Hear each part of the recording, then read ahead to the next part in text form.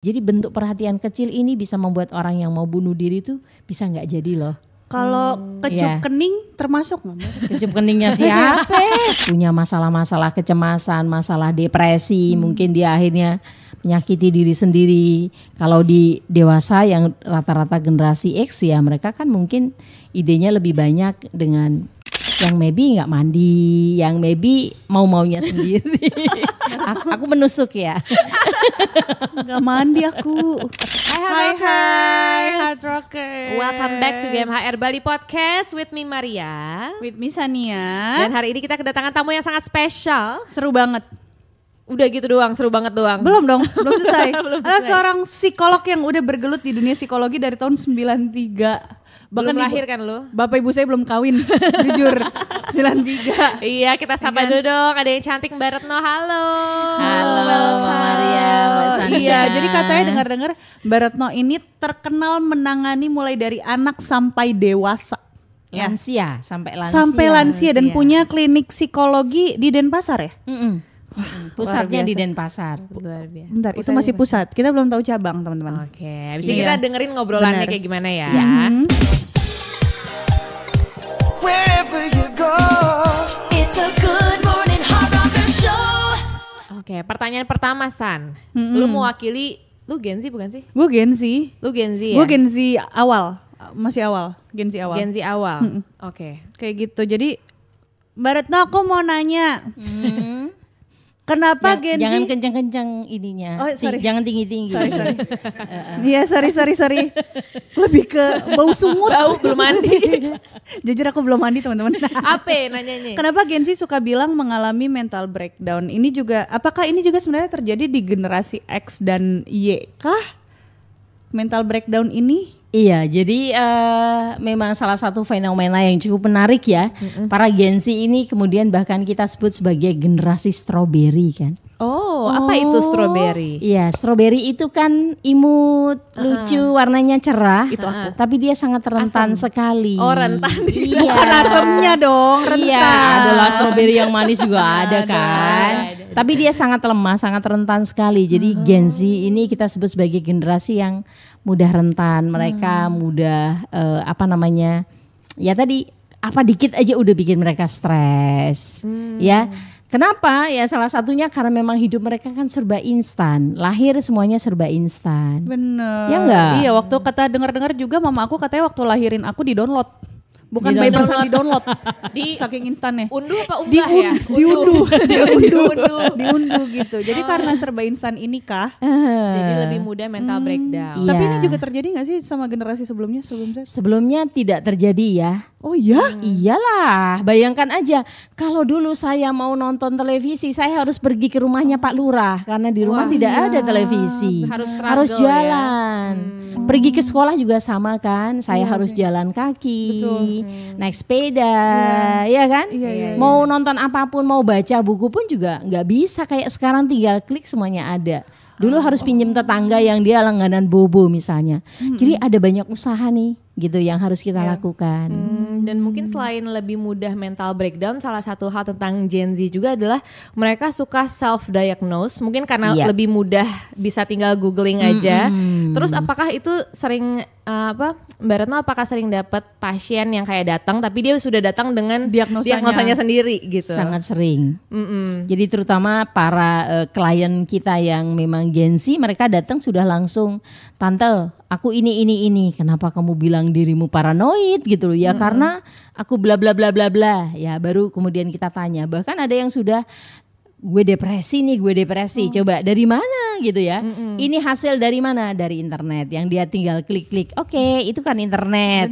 Yuk sekarang kita lihat ya alat psikologi yang benar gitu. Misalnya dia ngisi dan kemudian kita cek satu-satu, ternyata oh enggak, cuma ternyata ya tadi ada satu hal yang kadang-kadang ya tadi terlalu diinternalisasi, ditakutkan, dia bayangkan yang enggak, dia cek lagi di internet, oh seperti ini gejalanya, gue banget nih, padahal ternyata enggak semuanya. Iya, kalau misalkan mereka kayak self diagnose dari internet, terus kerjanya psikolog ngapain ya? Mohon maaf, kan ada psikolog beneran. Iya benar. Iya kan. Terus mau nanya lagi nih buat Mbak Retno ya. Gejala apa yang nunjukin bahwa seseorang ngalamin mental issues, mental illness gitu? Apa sesusah itu untuk mendeteksinya? Atau semudah itu jangan-jangan? Tak segampang itu kalau kata Anggi Marito. Nah, sesusah itu kah? Enggak sih sebenarnya kan kita ini kan punya beberapa fungsi yang sangat gampang ya. Misalnya fungsi-fungsi yang berkaitan dengan sosial kita. Jadi misalnya orang-orang yang memang merasa gue bermasalah apakah aku antisosial atau tidak, kan kita bisa lihat nih. Apakah kamu satu dulu pede tidak pede, punya teman atau tidak punya teman. Kan kayak gitu. Orang hidup biasanya punya teman berapa? Minimal berapa kira-kira? Paling enggak misalnya di sekolah ya punya teman 1-2 cukup kok gitu. Ada orang-orang yang memang punya teman 1-2 cukup. Di tempat kerja paling enggak kita juga punya tetangga lah. Iya kan? Masa sih enggak punya teman gitu ya. Jadi dari sisi sosial kalau dia masih bisa berteman, ketemu orang dia masih bisa ngobrol, berarti kan normal aja kan. Cuma sering sekali dia bandingin dengan yang ada di TikTok, yang ada di medsos. Lah dia. Nah, dia kenapa temannya banyak banget, gue cuma temannya 2, sehingga kemudian merasa bermasalah. Iya kan? Kalau kita memang kondisi ekonomi kita, ya kita sebut sebagai menengah ke bawah, misalnya healingnya pasti kan beda sama yang tajir kan, gitu kan. So misalnya pun Anda jalan-jalan belanjanya ya ke pasar kayak atau ya bisalah masih bisa ke Indomaret beli apa ya, apalah gitu ya misalnya. Sunlight. Ya kan beli coklat ya, iya kan. Balon-balon. Kan berarti masih normal. Tapi kemudian sering sekali orang merasa kenapa dia bisa pergi ke luar negeri, gue kagak. Itu penting ya. Itu kemudian membuat satu kondisi yang sering sekali membuat down tadi, sehingga ngerasa ada masalah nih dengan gue nih. Gitu. Iya sih, aku juga jujur Mbak Retno, aku suka bandingin kok orang lain pacarnya 3 ya. Gak capek apa? Yang gitu. Mbak Retno, aku kamu mau nanya nggak? Iya, ini aku banyak mau nanya. banget nih. Iya. Coba sok. Oh iya. Coba sok nanya. Iya, Mbak Retno sebenarnya kalau kan ada apa namanya mental illness itu ada apa sih, kok gue jadi lupa bahasanya. Apa nih? Ayo kita rundingan dulu nih. Dulu ya. Mental illness. Kok tangan gejalanya? Ada gejalanya kan? Betul. Mental illness suka ada gejalanya. Nah, terus gimana sih kita bisa mengindikasi apakah gejala-gejala tersebut ternyata sudah leading menuju mungkin menjadi gangguan jiwa yang lebih serius gitu. Jadi cara paling gampang itu ngeliatin deh. Kita kan punya satu aktivitas yang kita sebut sebagai normal, rutin normal. Misalnya apa nih? Kalau kalian ya udah kerja kan, berarti bangun tidur tuh rata-rata jam berapa? Kemudian aktivitas apa sih yang rutin kita? Paling enggak ya mandi, makan, ya kan, syukur-syukur tetap masih bisa bergerak sambil ke kantor, jalan kaki kayak, ya kan? Terus kemudian apa ya tadi, entah bekerja, entah belajar gitu kan, maupun melakukan aktivitas yang lainnya. Nah, orang-orang yang normal ya dia bahagia aja, dia bisa ngikuti semuanya dengan baik. Sementara yang nggak normal, yang kita indikasi ada yang berbeda, ya itu dia yang maybe nggak mandi, yang maybe mau-maunya sendiri. aku menusuk ya. Nggak mandi aku. Aduh, puas banget gue ketawa hari ini. Jujur di antara semua itu memang yang menjurus ke arah, memang saya punya mental issues ya teman-teman. Tapi bukan gara-gara itu ya. Tapi bukan gara-gara itu ya, tapi memang beda ya teman-teman, walaupun emang agak bau sedikit, maaf ya Mbak Retno ya. Jadi kan ada di psikologi itu ada namanya rute yang normal, ada yang abnormal, abnormal yang kadang-kadang di bawah itulah gitu ya, yang sering sekali melihat bahwa lu kok beda ya gitu ya. Kalau orang lain mungkin bekerja ya bisa tahan lah setahun 2 tahun di satu tempat, tapi ini anak mungkin baru sebulan 2 bulan udah lompat lagi ke tempat pekerjaan yang lain, ya kan? Berarti kan ada sesuatu nih dengan ya kita sebut ada penyakit mental apa nih? Kenapa kok dia nggak bisa, anak yang lainnya, orang yang lainnya ya bisa punya temen, bisa ngobrol, bisa curhat gitu kan. Sementara dia cuma sendirian aja, banyak temennya tapi cuma di dunia maya, di dunia nyata dia nggak bisa bergaul. Saya jadi ingin nanya juga nih Mbak Retno, itu kan berarti dari tadi kita ngomongin baiknya lebih ke Gen Z atau anak-anak remaja muda lah ya.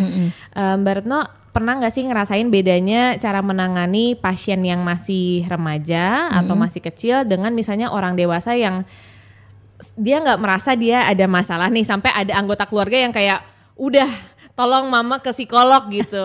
Pernah nggak? Itu setuju. Iya.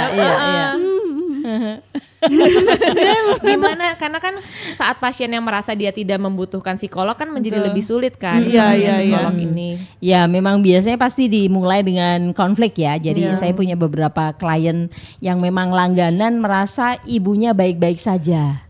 Ibunya baik-baik saja dalam mengasuh anaknya, bahkan merasa udah benar-benar menghabiskan waktunya untuk ngurusin anak-anaknya gitu ya. Saking cintanya sama anak-anaknya dia lupa bahwa anak-anak itu tumbuh besar. Kalau dulu 5 tahun kan masih diingetin, mandi, ayo udah siang gitu ya. Terus kemudian karena kebiasaan selalu memberikan perhatian, nah sekarang anaknya udah dewasa loh, dia sudah 25 tahun bahkan mungkin 17 tahun misalnya. Terus diingatin kayak gitu. Nah anak generasi sekarang diingetin suruh mandi, kan berpikir gue kan udah gede, ngapain diingetin dulu. Emosi dia ya. Iya. Ya kan termasuk kayak sekarang memang ada gadget, ada digital. Kemudian apa ya tadi anaknya ditelepon padahal anaknya lagi ngobrol sama teman-temannya. So biasanya apa diketawain, dicari sama mama lu sana tuh. Udah mau nyusu ya sana pulang gitu. Anaknya malu sehingga dia marah. Kenapa sih mama terlalu overprotective gitu ya. Teman-temanku lain loh bisa pergi kemana-mana dengan bebasnya. Mau pergi kemanapun oke. Kenapa sih mama terlalu ya tadi overprotective sama aku sehingga konflik dengan anak-anak inilah yang kemudian mama ngerasa kenapa ya kok aku ditinggalkan, mereka udah gede, aku udah habiskan waktuku tapi kenapa kok sekarang mereka tidak membalas budi padaku sehingga konflik itu sering sekali. Iya, apakah kamu merasa seperti itu? Enggak, kadang enggak. kayak misalkan kalau mungkin yang lain pada ditelepon sama orang tuanya suruh pulang ya. Mama saya kan emang jarang nelpon ya. Antara dua, emang dia bebasin atau dia sebenarnya udah lupa punya anak di saya gitu kayak. Iya ya. Lupa nih kayaknya. Padahal lu cuma 1 anak ya. Iya cuma 1, katanya udah 1 ngurusnya kayak anak 10. Nyokap gue sering banget ngomong kayak gitu. Oh iya ya gitu langsung. sorry agak nangis sedikit. Ya gitu. Mbak Retno mau nanya lagi nih, emang benar ya kalau mental issues gini tuh bisa mengarah ke, ini kita ngomongin soal, dulu kan kita masih ini soal ngomong gila ya gitu. Ini bisa ngarahkah ke indikasi ODGJ gitu? Iya bisa aja kan kalau kemudian dia dengan gangguan-gangguan tadi misalnya enggak ya berkonflik tadi terus kemudian lingkungan tidak memberikan dukungan ya kan sehingga kemudian dia merasa aku udah enggak dibutuhkan oleh anak-anakku lagi nih untuk apa sih gitu. Jadi kemudian beberapa orang punya masalah-masalah kecemasan, masalah depresi, mungkin dia akhirnya menyakiti diri sendiri. Kalau di dewasa yang rata-rata generasi X ya mereka kan mungkin idenya lebih banyak dengan entah minum racun atau gantung diri ya seperti itu. Tapi kalau anak-anak yang sekarang kan memang mereka lebih sering untuk self injury. Mereka menyebutnya dengan istilah barcoding. Membarcode. Iya, membarcode, bikin barcode. Nah itu kadang-kadang orang tua perlu curiga ketika anak remajanya, gensinya suka pakai baju lengan panjang melulu. Jangan-jangan dia ternyata menyembunyikan luka di tangannya gitu ya. Dan itu nyakiti dirinya sendiri nggak pakai benda tajam langsung, nggak pakai silet atau nggak pakai pisau nih. Kadang-kadang pulpen pun sudah bisa menjadi alat buat dia membarcode dirinya sendiri. Dan dia menimbulkan satu tadi bisa jadi gangguan jiwa karena ketika dia stres ngerasa nggak nyaman. Dengan dia menyakiti diri sendiri itu ada kepuasan, dia ngelihat darah tuh ada kepuasan. Nah takutnya adalah nanti tambah besar, apakah dia bisa menyakiti orang lain atau tetap menyakiti diri sendiri ya akhirnya menjadi masalah kejiwaan.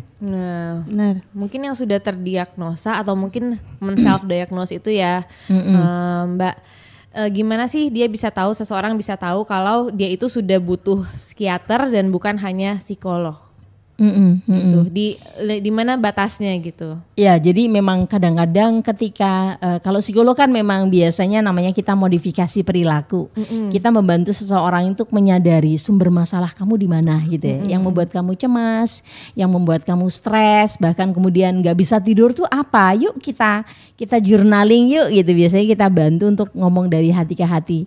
Nah, ketika kemudian dia benar-benar tidak bisa mengabaikan pikiran-pikiran negatifnya, bahkan akan ngerasa tidur tapi nggak tidur karena bangun tidur dia capek banget gitu. Bahkan rasa aku nggak bisa memejamkan mataku. Padahal mungkin bisalah merem sekitar 2-3 jam.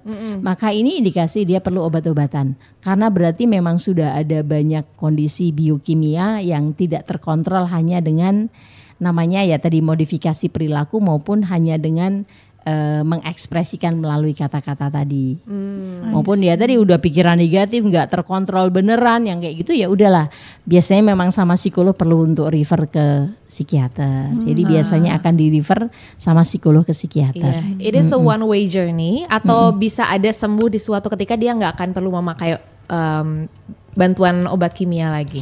Biasanya nanti kalau psikiater sama psikolog bekerja sama untuk kemudian lu urusan obatnya nih gitu ya. Gue yang urusan modifikasi perilakunya. Dia kan harus mengelola dirinya sendiri kan. Iya. Maka biasanya sama psikiater nanti obatnya dosisnya akan diturunkan. Kalau kasus yang ringan ya biasanya nggak pakai. Nggak keterusan. Tapi kalau misalnya dia bipolar, kalau biasanya maybe dia ada schizofrenianya, ada sisoidnya, biasanya memang obatnya akan rutin. Gitu. Betul. Jangan skip obat ya yang udah dapat obat. Jangan bandel ya. Jangan hentikan tanpa sepengetahuan maupun dari dokternya. Gitu Betul. ya. Pokoknya jangan di skip ya obatnya ya. Ini saya lagi ngomong sama diri saya sendiri. Iya. Nanti nonton lagi rekaman ulang. Iya. Oh iya ya gitu. Ini kan makin kesini kita banyak banget kasus, kita bisa bilang ini kasus ya Mbak Retno ya. Kayak sorry to say committed suicide alias bundir ini kan makin sering ke-expose, apalagi kemarin anak SMA kalau nggak salah kan baru ketahuan dan sorry gantung kan gitu. Nah ini kan seharusnya memang ada penanganan khusus nih, ya kan. Mungkin kita nggak bisa bilang ini penanganan khusus harus dari ya mungkin pemerintah, Kementerian Kesehatan dan lain sebagainya. Cuman kalau untuk penanganan darurat nih, Mbak Retno, kalau udah masalah kayak gini apapun masalah mentalnya, itu kita bisa konsultasi atau ada nomor darurat sendiri nggak sih Mbak Retno yang bisa dihubungi? Iya. Sebenarnya memang Kemenkes itu ada nomornya gitu yang sekarang ini sedang digalakkan lagi sih 119 gitu aja. Ada sih pemerintah kan selalu ada nomor-nomor tertentu dan ataupun memang sebenarnya adalah tugas kita nih komunitas nih terutama misalnya ya kan Hard Rock FM ini untuk yuk kita peduli pada sekitar kita. Jadi kita perlu lihat teman kita kelihatan mukanya kusem, kelihatan sedih yang kayak gitu. Yuk jadi pribadi yang lebih empati gitu ya. Misalnya ya ditepuk lah, disapa lah gitu ya. Maupun kita punya sesuatu kita tawarkan, mau nggak gue punya coklat nih gitu ya. Aku habis dari ini kita bagi. Jadi bentuk perhatian kecil ini bisa membuat orang yang mau bunuh diri tuh bisa nggak jadi loh. Kalau kecup kening termasuk nggak Mbak? Kecup keningnya siapa? Kamu kayaknya sedih. Lu kalau pengen aja, nggak usah alasan-alasan sedih. Ya, terus minta dikejupnya sama yang cakep gitu ya. Tapi maunya di pipi, nggak jadi kening nih pipi aja. Pipi aja. Kayak gitu. Ada ini menurut kita berdua ini adalah topik yang emang harus digalakin ya. Digalakin dan sebenarnya pengen banget sih bisa ngobrol lebih banyak. Mungkin bukan di kesempatan yang ini ya. Betul. Tapi mungkin mumpung lagi ada teman-teman Hard Rockers yang lagi nonton juga atau lagi dengerin nanti on air, Mbak Retno boleh dong kasih pesan-pesan buat Hard Rockers mungkin yang merasa sedang memerlukan bantuan sebelum selain ke psikolog, mungkin ada pesan-pesan kamu ngapain atau think of something gitu, silahkan. Iya, cara paling gampang ketika kita berpikir negatif tentang sesuatu yang kita pingin segera keluar dari dunia ini adalah sebenarnya mensyukuri gitu ya. Jadi buat teman-teman cara yang paling gampang buat yang sering sekali ngerasa cepet galau, silahkan deh simpen foto bayi kalian. Entah biasanya pasti udah punya HP ya. Foto kecil kalian yang lucu-lucu, foto ketika kalian bersama ayah bunda kalian, ini adalah salah satu momen yang pasti mengingatkan bahwa kehadiran kita di dunia ini adalah pasti sebuah perjuangan dari orang-orang yang luar biasa maupun hasil dari sebuah cinta kasih. Jadi jangan pernah menghilangkan cinta kasih dari orang-orang sekitar kita. Jadi terharu ya. Pengen bercanda tapi gak sanggup. Iya, gak sanggup. Backsoundnya lagu Isal Priadi Gala Bunga Matahari. Sedih sekali. Terima kasih banyak Mbak Retno udah sama-sama kita. Sama-sama. Ini sebuah apa ya? Kalau bahasa anak Jakarta Selatan, pembahasan ini adalah daging. Oh Iya daging banget. Nah Daging kita juga mau banget. ngucapin terima kasih juga yang udah nonton Betul. Game HR Bali Podcast. Iya. Jadi Kalau kita yang di mau YouTube jangan lupa subscribe, di like dan juga share juga siapa tahu kalian jangan tahu, di ayo report ya teman-teman. teman-teman. Kita Jangan cari di-report. nafkahnya dari situ. Iya. Terima kasih. Pokoknya terima kasih sekali lagi untuk Mbak Retno Sama-sama ya. Mbak Sania, Mbak Betul. Maria. Saya Sania dan Maria, and I'll see you on the next Game HR Bali Podcast. Bye. Bye.